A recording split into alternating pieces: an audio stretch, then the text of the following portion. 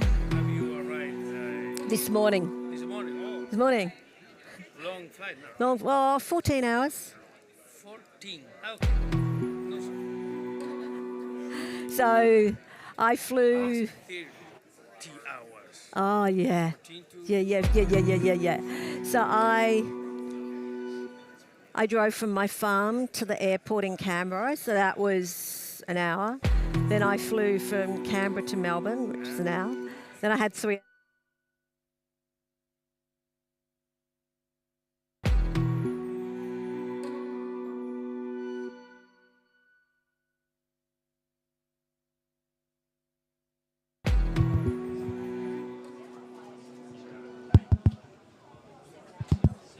Test, test.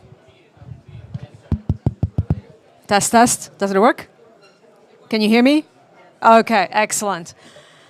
All right, it's 3:29. I'd like to invite those of you who'd like to sit down. There's a couple of chairs up front here. Please join us. I know it's a full house.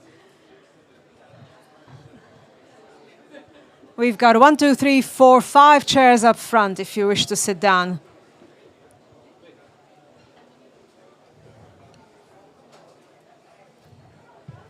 Okay, so we are going to get started. A very, very warm welcome.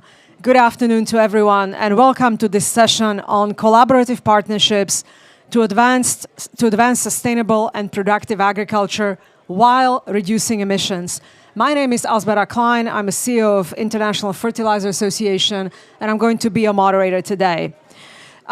Food security is top of mind across the globe as we face inflation, as we face rising food costs, wars, geopolitical crises, and ongoing pressure to produce more with less agricultural lands and agricultural inputs. All countries face the same basic challenges related to maintaining soil and water health, protecting biodiversity, reducing emission, all the while increasing crop and animal yields to feed, fuel, and clothe the global population. Today, we will hear from speakers from around the world who have amazing examples of partnerships, programs, and policy solutions. We have established over the past couple of days here at COP that without those partnerships, nothing will happen. And I'm really delighted to have this amazing panel with us. Joining me on the stage today, we have Sue McCluskey, Special Representative of the Australian Government, Ken Seitz, President and CEO of Nutrien, Lloyd Day, Deputy Director General of ICA, who is going to join us momentarily, Nick Gardner, Senior Vice President, Sustainability and Multilateral Affairs of U.S. Dairy Export Council, and Marcelo Torres, Farmer Representative and President of APRESID from Argentina. So, to achieve the goals of the Paris Agreement, the Sustainable Development Goals, SDGs, and restoration targets, we need comprehensive action. For a long time, energy-based solutions were the sole focus of climate policies. However, carbon solutions that use and increase the absorption capacity of natural carbon sinks offer advantages and co-benefits. Nature-based solutions are the way to go. A fun fact for everyone as we celebrate World Soil Health Day today: the projected mitigation potential in agriculture via improved crop and livelihood management is 1.8 to 5.5 gigatons of CO2 per year in 2030. And this is comparable to what we get from wind energy today. So obviously, this is one of the solutions. Today's discussion is about public-private partnership, and our panel represents all of that. We're going to be talking about solutions, and we're going to be talking about policies that are advancing sustainable agri-solutions that are win-win for economic well-being, for environmental stewardships, and for food production. So from a government perspective, an industry perspective, we have Sue McCluskey, Special Representative for Australian Agriculture. Sue, can you tell us what is happening in Australia to support growers and agribusiness in amplifying solutions for agriculture? Over to you, Sue. Thank you, and thank you very much for the opportunity to talk to you today. I'm actually going to focus very much on collaborative partnerships because I see it as critical for us being able to get the gains when it comes to sustainable agriculture. And I'm going to talk about a number of initiatives we have in Australia that's about partnerships between government and industry. First of all, we have what we call our Rural Research and Development Corporations model, which is a co-investment model between the Australian government and industry. So all our different agricultural industries pay industry levies, and that is matched by government money, and it's put into research, development, and importantly, extension and adoption, because it is so important that we get the practical application on the ground, because farmers learn from other farmers. And so what our Research and Development Corporations does is it actually has these workshops and it puts out practice in terms of the research to make sure that farmers can take up the new development. In our soils area, if we look at what our grain sector is doing in Western Australia, they're doing a research project on very sandy soils that is really about looking at using things such as hay, straw and manure to be able to improve soil health to get greater productivity. And then we've got one that we really like, because apart from having this role, I'm also a beef cattle farmer, and that is around dung beetles. So dung beetles actually eat the manure and take the manure down into the soil. A great way to improve soil health, improve soil fertility, but we also see other benefits such as the reduction in flies, which means the reduction in pests and diseases. This one is being run by our Meat and Livestock Australia Rural Research and Development Corporations. There's actually 15 RDCs that go across all agricultural industry sectors. The next collaborative partnership I want to talk about is one that we call our Australian Centre for International Agricultural Research. Now, ACR, as we call it, is really about taking a global lens. And this is the Australian government that uses our aid money to invest in international agricultural research projects in developing countries. It is a great partnership because it's about enabling, it focuses on sustainability and capacity building, and also on women. And it really is about encouraging farmers in those developing countries to become more sustainable. A couple of examples are in the Philippines, where they're looking at making sure that they can improve soil health around vegetable cropping. And that is because in the Philippines, there's a challenge around food security, but there's also poor nutrition, and there's also the issue around stunting. So increasing vegetable cropping, because you increase soil health through this research project, is going to have a huge difference there. And then another example is in Bangladesh, where Bangladesh is one of those countries that's one of the most climate challenged countries in the world, rising sea levels. This project is actually looking at how you can adjust wheat crops to be able to plant them so that they're salt tolerant. Once again, another project that is really about Australia looking at a global lens when it comes to dealing with climate change globally. And then I'd just like to finish on what we're doing around soil health. We have a national soil health plan. It was actually only launched this week. We've already had a national soils program, but this plan is a 5-year plan that is going to focus very much on soil health, but also on looking at how we can meet the challenges of climate change. So a real priority for Australia. It actually presents a national collaboration.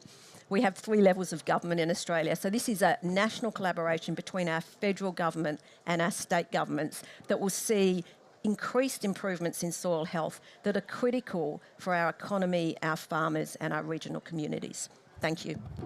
Thank you very much, Sue. So this is a great start because we're actually listening to a farmer and a government representative. So you know what's happening on a farm. What I'd like to highlight from your presentation is the investment in agri-research in emerging markets. This is really something that many countries around this COP has been focusing on, and I think it's important that the taxpayer dollars go to where you can get real impact on the ground in those emerging markets. So thank you for focusing on that. So now we're going to go to a slightly different space. Ken Seitz, CEO of Nutrien, is here with us today. Ken, you are working across the whole value chain. You start in the mines of Saskatchewan and you go all the way to farmers in the United States, in Australia, elsewhere. Tell us a little bit about how public and private continue to influence what you do and what you're working on, and also give us some examples. Thank you. Yeah, great, thank you, Elzbieta. Also a farmer, I'm also a farmer, just declare that right up front. So yeah, as Elzbieta said, for those that aren't familiar with Nutrien, we are the largest ag retailer on the planet, backed by a network of the largest fertilizer production on the planet. So we're producing potash, potassium, nitrogen, and phosphates across Canada, the US, and in Trinidad as well. Yeah, we have a unique relationship with growers. We have over 500,000 grower accounts touching about 150 million acres on the planet, and that's working with our 4,000 crop consultants and agronomists on those acres every day in the name of yield, in the name of outcomes for the farmer and their pocketbooks, and now more than ever, talking to them about sustainability and the things that we might do to improve both yields, on-farm productivity, and sustainable outcomes. And in our work and across the value chain, while we are, as Elzbieta said, right from our potash mines in Canada right through to the grower, of course there's a larger value chain ecosystem around food. And that's upstream from us and downstream from us. And as we look at that value chain and ask the question in terms of climate and what we might do on the carbon front, the answer is always partnerships. We have to look across that value chain and understand from an end-to-end, soup to nuts perspective, what our food system is doing in terms of greenhouse gases and generation, but ultimately solving some of those problems. And so we have struck up a number of partnerships and in fact are signing up more and more all the time. And it really is exactly that. It really is looking across the value chain and having a discussion about how we as players in that value chain can improve outcomes on the farm.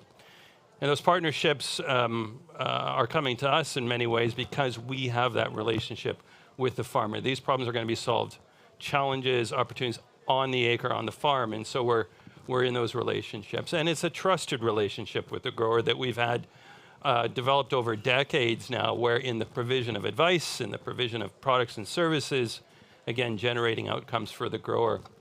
Those partnerships include companies now like Pepsi, like Bunge, but the one that I thought I would highlight today is a Canadian example where we've just stood up an organization, a partnership called CANZA, which stands for the Canadian Alliance for Net Zero Agri-Food. And it is an alliance across exactly that, the ag value chain in Canada. So it includes Nutrien and the things that we do. It includes Maple Leaf Foods in Canada, a large food company. It includes McCain Foods in Canada. It includes Loblaws, which is a large grocer in Canada. It includes Royal Bank of Canada, which we talk a lot about financing and financing challenges in this agricultural transformation. It includes academic institutions, and importantly, which so many of these things often don't, it includes farmers, and I mean large farmers in Canada, who, as it relates to some of these best practices on the farm, are part of the partnership. What is the partnership doing? We are actually on acres, and again, as Nutrien with our agronomists, talking about that suite of practices that, whether it's called regenerative agriculture or whether it's called just good practices on the farm, that suite of practices that's going to lead to better outcomes. So soil sampling, understand what the soil needs, using that data and information for scripting for variable rate technology, and ultimately for our stewardship on the acre where you got the right crop nutrient, right quantity, right place, right time. Whether it's our own slow release nitrogen fertilizers that provide better uptake into the plant, less volatilization into the atmosphere, whether it's cover cropping, zero-till, no-till, crop rotation, and all of the benefits that brings in terms of not just climate outcomes, but soil health as well, and those two obviously go hand in hand. We are doing those in the context of CANZA, that partnership, working with upstream, downstream partners in the value chain, and again, financing another one. Biodigesters is another example of the work that CANZA is doing. I'll talk a little bit more later, but ultimately the idea being that, of course, we have to get the measurable, reportable, verifiable thing sorted out. There's a lot of work to do there, and CANZA's, as a partnership, very focused on that. But ultimately, it's about generating high-quality carbon credits on the farm. It's about sequestering, and it's about soil health. So I could go on and on about partnerships, Elzbieta, but there's an example of, in terms of value chain partnerships, one of the examples that we're focused on. Right, those are very, very well-known names across Canada, and it's really great to see. But just a quick follow-up question. How do you measure success? And obviously there's a short-term success, there's long-term success, but what are the types of measurements that you're focusing on? How do you know that you succeeded in this CANZA partnership? Yeah, ultimately it's about generating carbon credits. It's about generating, as I said earlier, measurable, reportable, verifiable outcomes on the farm. And we have had success as Nutrien on that front. We've got my colleagues here talking about it over the course of COP, but really one example is we now have a verified Scope 3 pathway in Canada. It's related to nitrogen use on the acre that's using government-approved protocols and frameworks. And once again, this is a verified pathway. I think we don't know of another example where that Scope 3 pathway has been verified for insetting on the farm. That is a real and measurable outcome that now with some of that precedent set in how others, we included, might go about scaling this. Well, now you have a verified pathway. That's one example. Another example is we have Scope 1 offsets that have been verified under the Climate Action Reserve in the US. Again, that's using the Climate Action Reserve's framework and protocols, but another verified Scope 1 offset. And as these scale, it is the generation, evolution of carbon credits on the farm. And ultimately that's, I think, for the planet, what we're trying to achieve here. And ultimately for the grower, as carbon markets, nascent carbon markets continue to evolve, a source of value for the grower as well. So early days, obviously, Elzbieta, across all of this work, but as Nutrien, we'd like to believe we're demonstrating leadership here in charting, forging ahead in what is today a pretty nascent space, but with real science, real data, real information, and now real outcomes. Absolutely, really good to hear, and plenty to do, and great to hear that we've got 2 farmers on a panel. I think there'll be more farmers on a panel. So now I'm going to take it to an organization that represents U.S. dairy farmers, U.S. Dairy Export Council. When people usually think about soil and soil health, livestock generally doesn't come to mind. So can you tell us why is a group that represents livestock supporting an event focusing on soil? Yeah, Nick. and thank you so much for having me here and for the question. Right, as the token livestock guy on the panel, I really want to talk about this. So, soil really is the thing that unites all food producers across the food system. Soil is almost as important to my farmers as it is to me as a farmer on my farm growing soybeans this year, corn in other years. So soil health is essential, not just to how we're going to solve climate changes for our row farmers, but also how we're going to solve some of the hardest climate challenges for our livestock producers. So when we look at soil health from the U.S. dairy perspective, we see 2 main areas of focus. The first is in the productivity area. So when we look at a life cycle assessment for producing a glass of milk in the United States, we see that we have 26% of our environmental impact coming from feed production. So there's 2 sides of this coin. The one side is, can we produce more feed with less environmental impact from the production of that feed? And that is absolutely going to be achieved through the use of innovative technologies and innovative practices that protect and promote soil health and reduce that environmental impact there.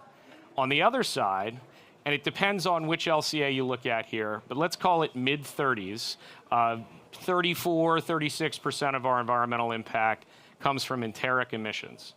So we know that as a result of the fermentation process that happens in the cow's rumen, we will never get a cow that is carbon neutral. Producing dairy will always have an environmental impact. But when we take it to the systems level, we know that there are ways within the system that we can offset some of those enteric emissions that remain unavoidable after we try and optimize and utilize as many technologies to reduce them as possible. And soil health is what's going to drive our carbon sequestration potential. And through the research by folks like the distinguished experts on the panel here today, we can also help to quantify and accurately report the amount of sequestration that my dairy farmers can do on their farms, creating new revenue streams for them, and helping to offset that enteric impact. Thank you very much, Nick. So what we are taking out of your intervention is that we really have to look at a systemic solution to climate in agriculture. There's no one actor that can actually sort it out by himself or by herself. And a very valid point, Nick, is that soil unites us all across the world. This is absolutely relevant, and I think we need to all take it in on this World Soil Day. So I just have a question for Sue. So you are dealing with beef. This is dairy. Anything you want to add to what Nick just said? Anything that resonated or did not? Well, certainly, even though I'm a livestock producer, I'm actually in the business of growing grass. And for me to be able to grow grass, I actually need to have good, healthy soils.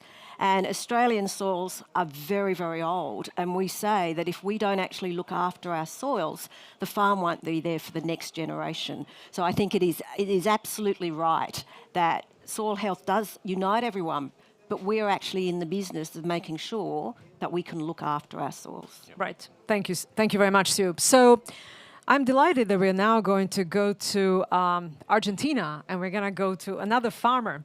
But before we go to you, we are going to Marcelo. I'm just going to pause here and ask you a very simple question. So we eat every day, roughly 2 or 3 meals a day. Here at COP, maybe 1 meal a day, but let's call it 3 meals a day normally. How many countries are responsible for your food? How many countries are responsible for about 70% of your calories? Just give me a number. How many countries produce 70 to 80% of your calories? Okay.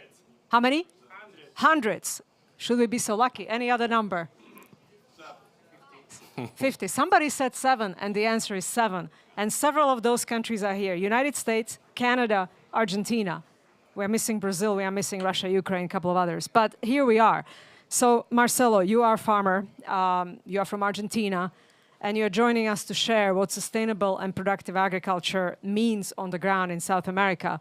So, tell us what's happening in Argentina, not politically, but on a farm, to ensure the land is sustainable for generations to come. None of us understand Argentine politics, so let's stick to farming. Okay. Marcelo. Thank you so much for the question. Thank you for inviting us to bring the voice of the farmer. We have several farmers on the floor. Okay.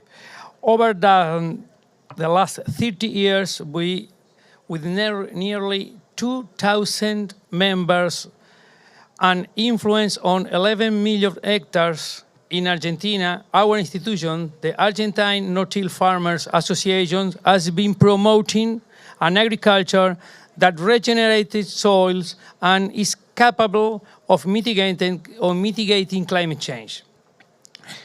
Why do we care about regenerating soils? They provide 95% of our foods, host 25% of biodiversity, and are the largest terrestrial soil organic carbon reservoir, and therefore an ally in the fight against climate change. Soil organic carbon is an indicator of soil health and its capacity to produce more food as it performs essential functions, water retention or nutrient supply. Enhance soil biological and physical properties, such as aggregate stability and disease suppressiveness. Agricultural systems are responsible for about 25% of total greenhouse gases emissions, but not all farming systems are the same.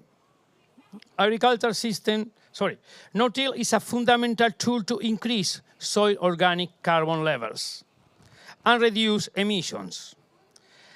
Argentina is a global leader in the adoption of no-till, with over 90% of cultivable area under no-till. However, not disturbing the soil is not enough.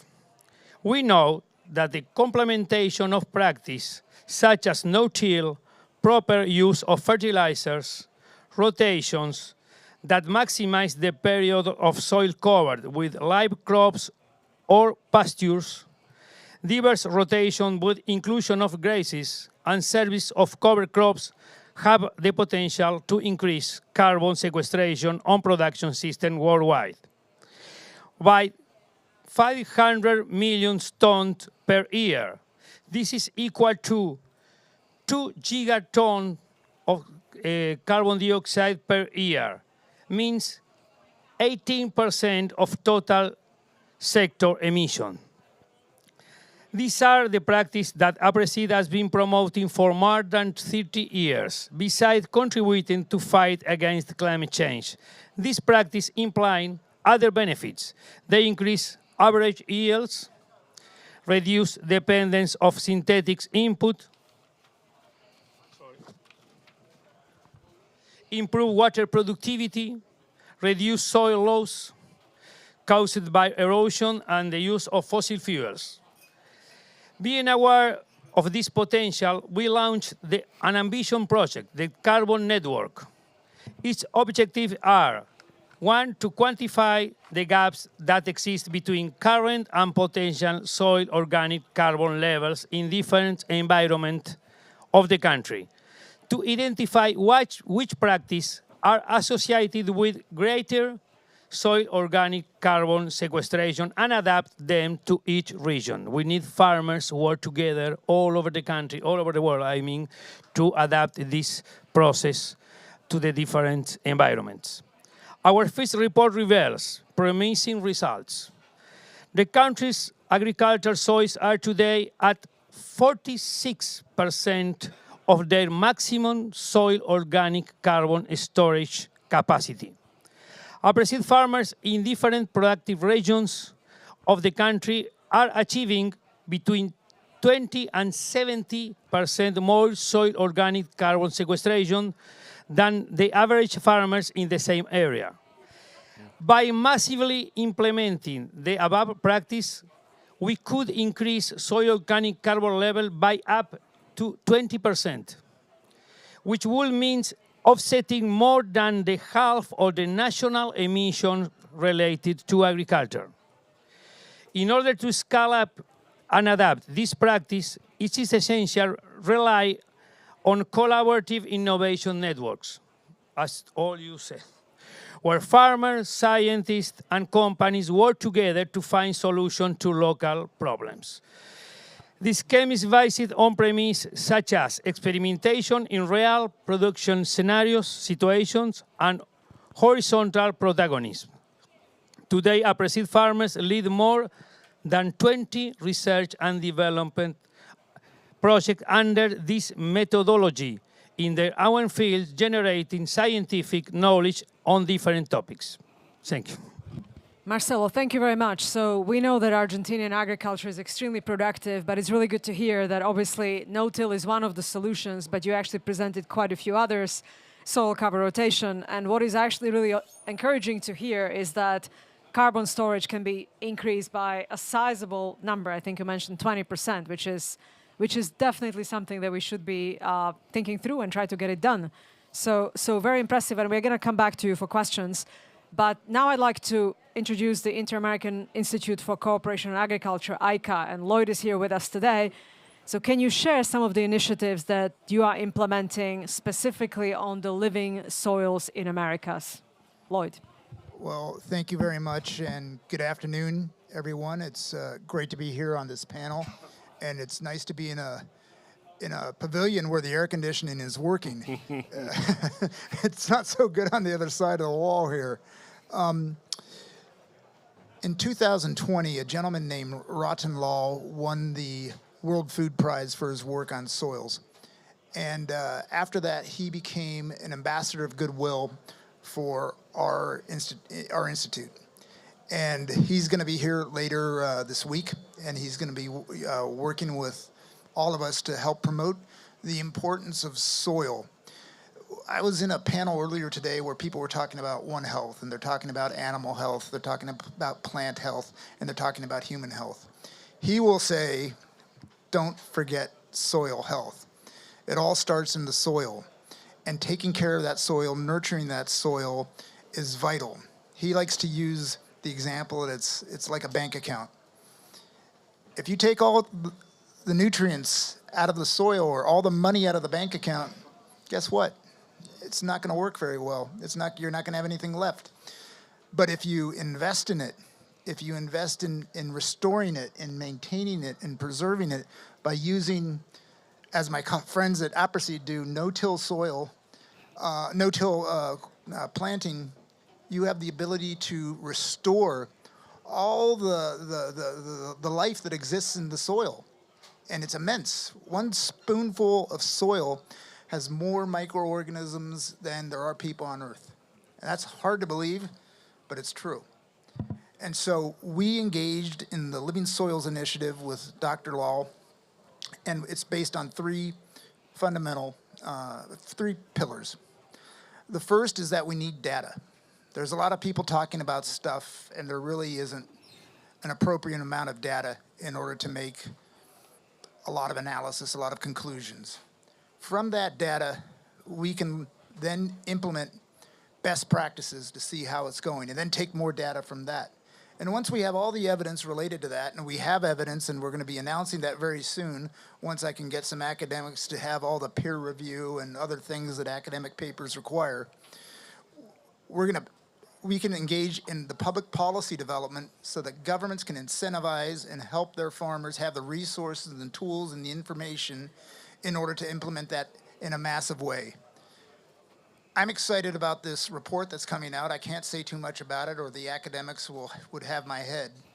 But if we engage in the appropriate practices, just like you said, we can restore soil, we can sequester carbon, and it's gonna be a massive game changer to help us achieve the goals we have for climate. So with that, we're very excited about the future of that. We thank all the people that have been involved in working with us on that. And we encourage more partners to come join us in this initiative, because by having the example of more private sector partners, more farmers, more farm organizations that are taking data, that are measuring the data, we're going to have examples of the best practices. And from that, we can then hopefully amplify that by good public policy that is going to help save the soils. Thank you very much. Thank you very much, Lloyd. This was excellent, and I'd like to highlight one thing that you mentioned from Dr. Lal. He's actually on a board of IFDC, where I'm also serving. So we hear it often enough, but I don't think we say it often enough. And I think it's really, really important what you said, which is that soil is like a bank account, because we have a lot of colleagues all over the world telling us, well, there's nothing you need to put on a soil. You just have to be natural. Well, that's just not how botany works. And Dr. Lal has used his platform to tell us how botany really works and how plants really need to have those nutrients, just like you take a vitamin D if you live in, Northern Hemisphere, because you don't have enough sunlight in the winter. Plants need that. And I think Dr. Lal has contributed to a lot of sort of understanding of that topic, which is very, very important. So in the next round on a panel, we're going to be talking about the role of policies. But before we go there, I would like to highlight a 2023 study from Nutrien that asked 3,000 consumers and 600 farmers in North America to share their perception of agriculture. And the slide is on a screen here. One area of agreement that the research identified is that agriculture is the most important industry when it comes to building sustainable future. And that is a great starting point of an agreement. The study shows the largest divide between what farmers believe to be true and what consumers believe to be true is related to environmental impact. The specific topics with the largest perception gaps are the following: whether farmers use more chemicals than necessary when growing food. The difference is at 45%. And I can tell you, this is one example where farmers and sustainability are completely aligned, because farmer doesn't want to use more than they need to. It costs money. They would like to use as much as they can buy and no more, because it's eating into their margins. The other point of difference was whether farmers use crop nutrients responsibly. And the difference there is 43%. That's huge. Next one is whether farmers improve soil quality. Farmers on this panel, you know that that's what you are doing. You are trying to improve soil quality because you need it next year or next season. Well, the difference is 40%. So these perception gaps may not be surprising, but it's interesting to see them quantified. And maybe you can add your reaction to these findings and maybe your thoughts into how we bridge the perception. We have enough farmers on this panel to speak from their own experience, and enough others who can also add to it. So how do we bridge that perception between what you're doing on a farm or what your clients are doing on a farm and what consumer ultimately thinks? Sue, maybe you get us started. Okay, thank you. So probably two key areas that I think we can focus on. Firstly, and I'm sure this is the same for other places in the world, but in Australia, we don't tell our story well. And when we do tell our story, we tell it to ourselves. So I am constantly speaking at conferences, attending different meetings. There are people in the agricultural industry there. There are farmers there. And I'm saying we're speaking to the converted. We need to be able to get our stories out to those who don't even know the real story about farmers. They don't know where our food comes from. We need to get more mainstream. So that's a challenge for us in terms of communication and how we do this. And I see this in Europe, where I see the power of the NGOs that drown out the voices of ration and reason. And it's because we've given them the space to do it. The second area, I think, and Lloyd picked up on this, and that is data. It is critically important that we actually get the data and we can build the evidence base to be able to demonstrate what our claims to sustainability are, that we can demonstrate our sustainability credentials. But here is a challenge, and this is a challenge for governments in particular. For farmers, we're all so busy doing our daily job, and we already have enough compliance and reporting mechanisms to deal with. So to put another layer of that in terms of gathering data, in terms of reporting, is something that we've got to think about. What's the value proposition for farmers? What does it mean in terms of our profitability and our productivity? So it may be that we need to think about some sort of funding mechanism or some sort of recompense to be able to provide the incentive for farmers to be able to do this. And in Australia, we're seeing this come from the private sector through the supply chain, where we actually have some of our corporates that are paying farmers to actually gather this data and report it, simply because they need to report it themselves in terms of their ESG. And it will become even more critical next year when we have our climate-related finance reporting. And the only way they can get this is through Scope 3. And so they need this data from farmers. So I think they're the two areas that we need to focus on. Thank you very much, Sue. So the answer is in telling our story and telling it to the audience that actually needs to hear it, and then sort of incentives for Scope 3 on a farm. So Ken, this study is obviously sponsored by your company. What is the reaction to it, and what's the next step? How do we bridge the gap? Yeah, it's like you said, Elspeth, I don't know that the findings are particularly surprising, but at the same time, there's obviously opportunity to tell our story, and as you say, Sue, do a better job of telling that story.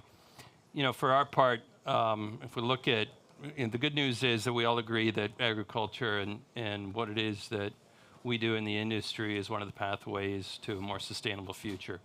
That's the good news. What I think that, you know, in this gap in understanding what actually goes on in the farm, and I've been in farms in every corner of the planet, and farmers are really kind of all fighting for the same thing wherever you go. They want their soil to be healthy because that's their asset. They want moisture in the soil because they need to grow. And by the way, a lot of farmers drink the water that comes through that soil in their wells. So they want to protect their water and have clean water.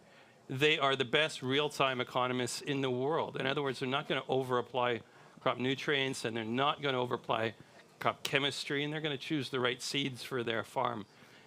Farmers are good decision makers, and you know, their livelihood, this is where their families are, and this is what they're going to pass on to future generations. They do a good job of this. Yet somehow, that there's a gap in that understanding. And so I think it's exactly as Sue said. I don't have much to add. We have to do a better job of telling our stories in our industry, and we have to have people grasp what it is that farmers are doing, some of the things that they're struggling with, but ultimately what they're doing to get groceries on the table. I think that obviously in a COVID or a pandemic environment, and now with some of the breadbaskets of the world engaged in conflict, it shines a light on the fragility of our international food system. And I think we, probably most of us, if not all of us in the room, experienced that fragility maybe for the first time in our lives during some of these events. To gain an appreciation for what it is that farmers are doing to project and protect that food system, that's where we need to get it. We need to communicate better. We need to tell the story to those beyond our industry. And it has to be based in good information, good science, good data, and in a way that people can understand. So that's what we're working on as the next step, Elsbeta, having completed this study. Great. Thank you very much, Ken. So, Marcel, we're going to come to you. In Argentina, do you think people think differently? Because agriculture is so profound and so widespread in Argentina. Do you think your consumers would have similar gap in understanding the farmer? Or do you think it's are you on the same page? Yes, it's the same and very good information. Not so happy, but No, it's not happy, but so you it's think strong it is- information and it's real. I think we need to build a channel, a reliable channel between farmers and consumers. We have two dramatic facts on the world: the invasion of Russia in Ukraine that show us the fragile is the balance on the food production, energy production, and other was the COVID, that the science was the answer. So I feel that there are better scenarios to have better discussion with information, I think, in this COP. And today consumers are increasingly interested in the way their food is produced and its potential impacts. As consumers make their decision, they influence one production model or another. This is important to release information all over the channel. The major challenges on the path are identify indicators that allow us to measure how we are producing food, emissions generated, environmental impact of input used, soil health indicators. We need indicators.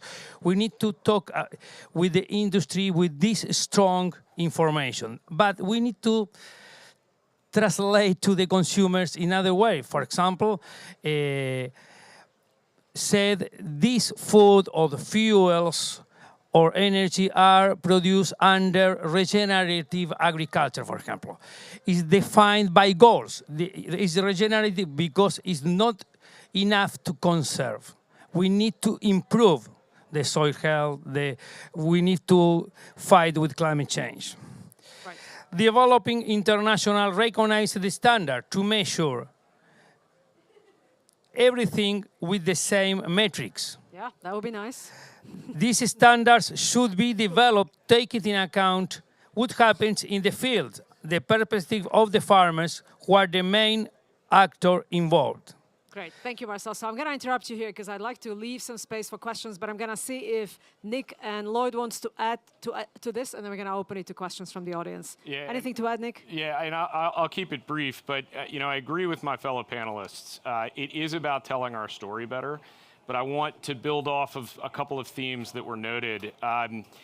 Yes, we must be science-based. Everyone in this room, I'm sure, like me, is committed to ensuring that we're making science-based decisions, whether it's on our own farm or whether it's advising our stakeholders or our farmer members. But we have to remember that a good story is founded in emotion. And we have to lead sometimes with emotion in ways that make us uncomfortable. Talking about our passion for soil, talking about the opportunities that soil health presents to make the life of the consumer better, and being very clear about the trade-offs that occur with bad food systems policies. So if you reduce our ability to be productive through policies that harm soil health, that's going to have a direct impact on the nutrition of your children. We need to be telling that story in a way that is data-based, but that creates that emotional narrative and that call to action. Thank you, Nick. Anything on the emotional narrative around soil, Lloyd?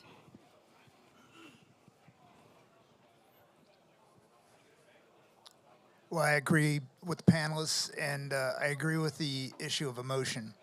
And I think there are ways to do it. And often, I used to be in charge of the checkoff programs for the United States of America, and that's a program in which farmers themselves, essentially they tax themselves so that they can then have a fund in which they can invest in the communication of their product. Right. So, the most famous of all is the milk mustache. Everyone's seen it That's right. We've seen around the world. Got milk. And it promotes their product, which is important. So we've been pretty good at promoting product. Cotton, the touch, the feel, the fabric of our lives. I could sing it, but I don't think you'd want to hear that. Beef, it's what's for dinner, the incredible edible egg. These are things that connect with people. And so we need to work on investing and communicating that story around the issue of climate, around the issue of soil. I don't think people understand the issue of soil. That's right. That's right. Well, Got Milk, I would submit that most of us in the room who had seen a North American publication in the past decade probably had seen Got Milk. That was pretty powerful campaign. All right, let me see if there are any questions from the audience, and then we're going to go to policy space. Any questions? Yes, and there is a mic that will move your way somewhere. Maybe Lloyd, if you can pass your mic. Sorry. It's hard to move around, but yeah, go ahead. Hello, everyone. My name is Islam. I'm a nutritionist. I'm also the founder of Sustainable Nutrition Academy. I'm based in London. I work with community gardens, community centers. I've done little research, and I feel like one of the things that can connect us a bit further with agriculture, with consumers, is also the health gap. We talk about soils. I regenerate soil in a very natural way. I create compost locally in the cities, and we measure it by bacteria and worms. And the more those are present, the more we know that they are good. One thing I think can be relevant is the impact of health, in particular mental health. Food that is coming from lands where you have used a lot of chemicals, like glyphosate, they relate highly with the inflammation. So at the moment, the biggest part of our diseases are related to high inflammation coming from diets where the food has been modified. So by having the food that is modified, the plant cannot really help us developing our security. Because they don't look after their own metabolism. Like the secondary pathways that are important for us are canceled because the food need to be sweet. The banana look to be looking golden. So do you think the more we highlight the impact on health, the more consumers and producers will have an easier way to get toward a sustainable system? Right. So I would like to ask maybe Lloyd, a connection between soil and nutrition, or Sue, or anybody else, whoever wants to jump in. Look, I'm happy to respond first and then pass to my other panellists. Health is critical. But the interesting thing is, we're certainly from Australia, with the projects we're doing in our developing countries, we see the link with health and food safety as being absolutely critical.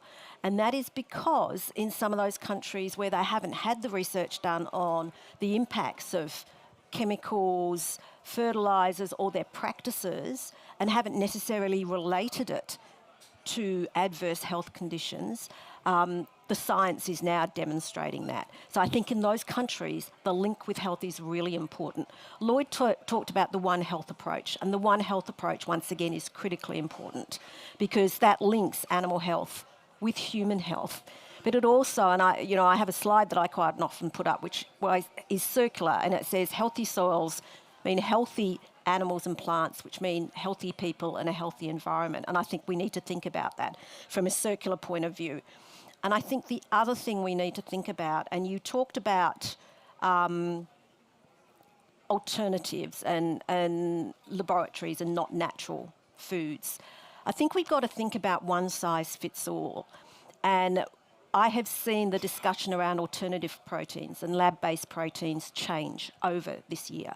So at the beginning of the year, I know, and as a beef cattle farmer, this is challenging. People would say to me, the way to solve climate change challenges is to stop eating meat.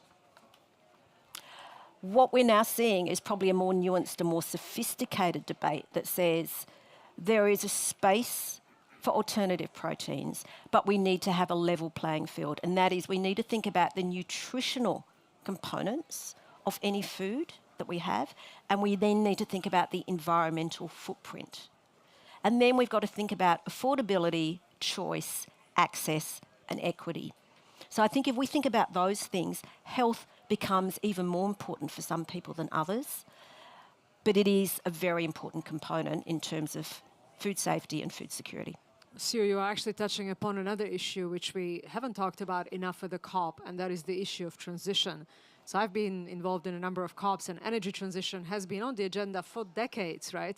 And we're just now starting to think about what transition looks like for ag, right? We're not going to go from day one to day two overnight, and there is a space of probably a decade or two, given what we've done with energy, to have that transition. Unfortunately, we don't have as much time, but thank you for highlighting this. Lloyd, anything to add on a healthy soil and nutrition? Anybody else on this before we go to the last round? Well, we need healthy soils. We need healthy crops. Crops get sick too. We need healthy animals. Animals get sick too. We need to embrace science, where science will help us in all those areas. And then the other issue, it's easy to beat up on processed foods. Processed foods, processing a food to store it, to deliver it, to get it to somewhere where it can't get naturally and it could have long shelf life is important. And so we can't just, have a one-size-fits-all approach to everything. As you said, it's a balance, and it's a balance about using the right input, the right amount, and do it with precision.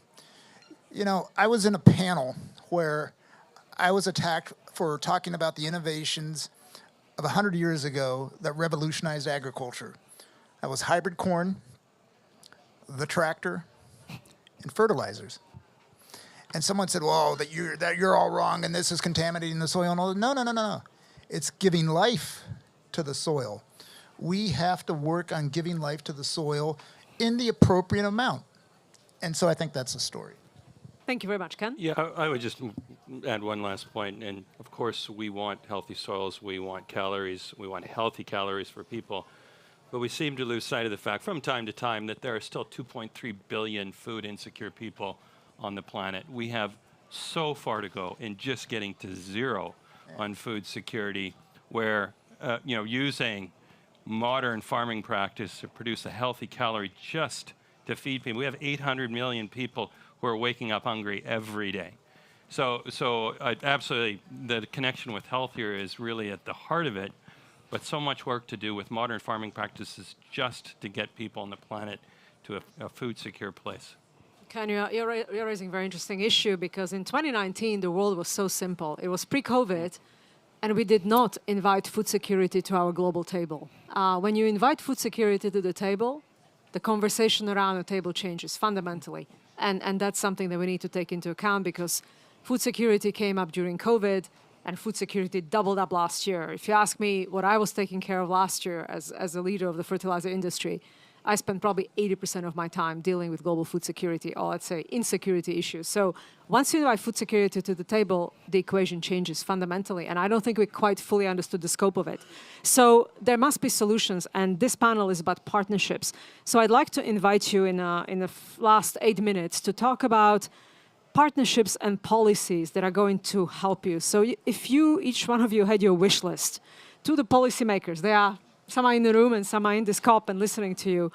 What's your wish list for the policymakers? What needs to be done soon so that we can get to the space where we consider our agriculture fully sustainable? Who wants to start? Wishes to policymakers. Marcelo, you've got new government. Maybe you can tell us what you wish from your government. No retenciones, but Okay. Thank you. Well, we need to involve farmers in the process, in the innovation process, and work with policymakers. The farmers are the owners of the ask, and they know the troubles they have, and the farmers are fundamental to implement the technology, the hard technology, the process technology, and there are a lot of kind of environments, and I think the policymakers need to participate in this kind of society that learn with farmer researchers and policymakers. Invitation of the government to the dialogue with farmers, is that what I'm hearing? Yes, and if the first is a bottom-up process, and down is top down. We need to identify the best practice and try to push this practice, like as the government and the policymakers all over the world trying to identify this practice. But don't forget farmers. We have a lot of examples that some countries said, okay, there are enough farmers, we need put out the half of farmers. Social troubles begin to appear. We need to integrate the farmers in this transition to a sustainable way to produce. And the farmers need to have sense of belonging with these changes and endure the implementation. We need to generate this space with public-private sectors. Sounds like a radical inclusion of farmers into decision making. Sue, in Australia, what's your wish? You work with the government, so what's your wish? So certainly co-design is something that we actually do quite well in Australia. In fact, I'm amazed when I speak to other countries that business does not have the seat at the table that we do in Australia. But I want to pick up actually on what governments need to think about in Australia, but around other parts of the world, and that is, when you're looking at solutions, think about what is the problem you're trying to solve in the first place. Too often, we have solutions that come from politicians, from policymakers, and then they try and reinvent what the problem should be. And we need to actually think about what's the problem we're trying to solve, what are the different pathways to that solution, and we need to think about outcomes-based solutions. And so picking up on something you said, Marcella, I think it's great to think about standards, but they shouldn't be prescriptive. There needs to be flexibility that recognises there's no one size fits all, recognise we have diversity of practices and environments around the world, and it actually goes back to the principles of good regulation making that governments too often forget. Thank you very much, Sue. Who wants to go next? Nick? I'd be happy to pick up Sue's point in terms of process. So, we have a partnership in the United States, the Dairy Soil Water Regeneration Project, where and it's going to surprise a lot of you in the room here, there isn't a lot of great science or a lot of great quantification around soil health in the dairy sector. So we're piloting, de-risking, and scaling, and we're doing that through public-private partnerships where we've raised $20 million from foundations and from corporations like Starbucks and Nestle. I'd like governments to take note of the power that can come from processes like that, focused on scaling, focused on bringing in multiple partners, focusing on utilizing the knowledge that we have in the university system, and bringing people to the table that all have a stake, including farmers. Thank you, Nick. Ken, you want to go next? Sure, yep. Yeah, talking about agriculture over the last several days, so much of the discussion has been about creating incentives for farmers to actually do all this. Farmers today have no incentive, and in fact, why would they introduce a bunch of risk onto their farm when it's tough to make ends meet from time to time in any event? And so whether it's financing solutions to bridge some of this gap, the insurance providers coming in to absorb some of that risk, or just quite simply the value of carbon, which in nascent carbon markets, compliance markets, voluntary markets, it's just not, there is not an environment to create those incentives for farmers. Sue, you mentioned that some companies are stepping in and providing those incentives today. We are doing that. As Nutrien, we have over 1 million acres now, that'd be the biggest on the planet, of acres under management with some of these best practices to capture, sequester carbon, create a high quality carbon credit. We're providing that incentive, but frankly, it's not sufficient to scale. And the environment today, the regulatory environment, doesn't provide any mechanism to provide that appropriate value to carbon. So, I think if there's one thing that governments need to figure out, get their head around, is how is it that we, through all this value chain work, how is there going to provide that incentive to the grower? We heard from every CPG company, major company over the last few days, the consumer is not willing to pay for that. The consumer is not going to pay a premium for a net zero banana. There's no premium there. They're going to buy the cheapest banana, eat the banana. So where's this going to come from? And anyway, that would be and is our discussion with governments. Thank you very much, Ken. And Lloyd, you're going to close us out here. I think this works. There's so much richness in everything that's been said on this panel that I'm dizzy just trying to think how to respond. You'd think the notion that inviting farmers to the party is a no-brainer. Obviously not. It's not not. everywhere. It's not. They had the table in Australia. In but I don't 2019, the One Planet Network came to ICA to talk about food systems transformation. Not a single farmer, not a single minister of agriculture, not a single food company, or maybe a couple big European food companies who are going to achieve all their goals and they're going to push it down on the farmer to comply with all these certifications that they don't have the margins to pay for. So I think having the farmers participate, having public-private partnerships.